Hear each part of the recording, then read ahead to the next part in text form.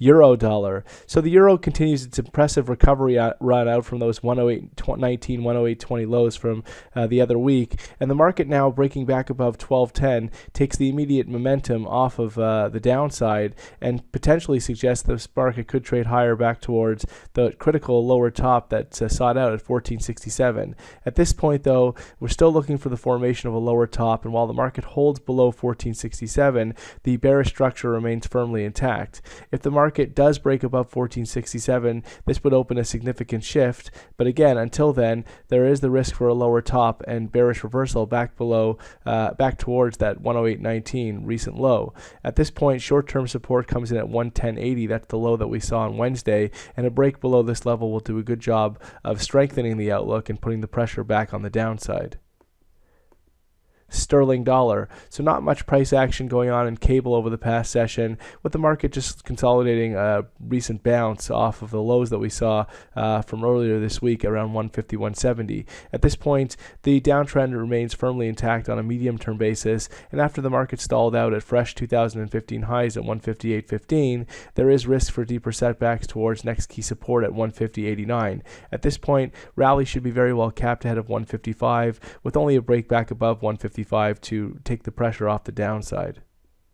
Dollar yen. So dollar yen is stalled out in recent trade after recently breaking above to fresh multi-year highs above 125, stalling out at 125.05, and this set up earlier this week a bearish outside day formation, which warned of the potential for some consolidation or a bit of a pullback. At this point, we've seen more of a consolidation, and the bullish structure remains firmly intact. Any setbacks that we do see should be very well supported by previous resistance now turned support at 122, with fresh upside eventually seen above 122.05, above 125.05, and towards the 126 to 127 area as the next stop. Ultimately, the structure does remain highly constructive, and dips should be very well supported. Euro Swiss. So an interesting development in Euro Swiss on Wednesday with the market taking out key resistance at 105.25. We'd been looking for the formation of a base and a higher low around the 103 area above that 102.35 low that we saw back in April, and this was confirmed with the market clearing above 105.25 on Wednesday. The break now opens the door for fresh upside towards the 108.15 peak that we saw back in February. At this point, any setback should be very well supported ahead of 104. While ultimately only back below that 102.35 low that we saw from April would compromise the recovery outlook in Euro Swiss. Aussie dollar. So Aussie is locked within some consolidation over the past several sessions, though the market is clearly also within a well-defined downtrend, and the focus now is on a break of the recent yearly low and multi-year low at 75.33 going back to early April. At this point, any rally should be very well capped ahead of 80, with deeper setbacks seen in the coming sessions. A break below 75.33 would confirm a medium-term lower top at 81.63 and expose the 70 area further down.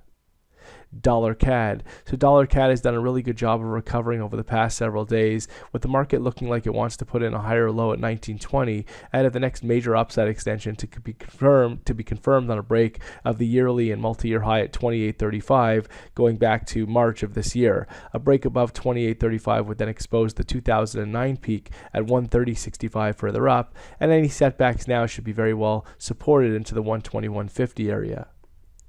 Kiwi dollar. So Kiwi remains pressured to the downside since breaking below that previous base at 71.76, and this has opened the next major downside extension towards the 65 area further down. A lower top is now in place at 77.44, and any rallies in this market should be very well capped ahead of 73 in favor of additional declines. SPX 500. So the S&P 500 has been stalling out after recently posting record highs at 2137, and the market looks like it could be slowly carving some form of a top. A break below recent lows that we saw around 2100 would be required to accelerate declines, while a drop back below 2040 would do a good job of confirming a major top in this market.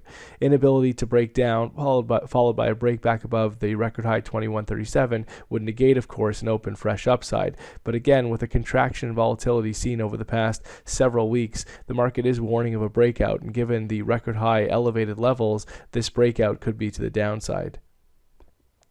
Gold. So gold continues to be very well supported on dips above 1170. This is the key level of support right now. And while the market holds above this level, there's risk for additional upside back towards recent highs at 1232.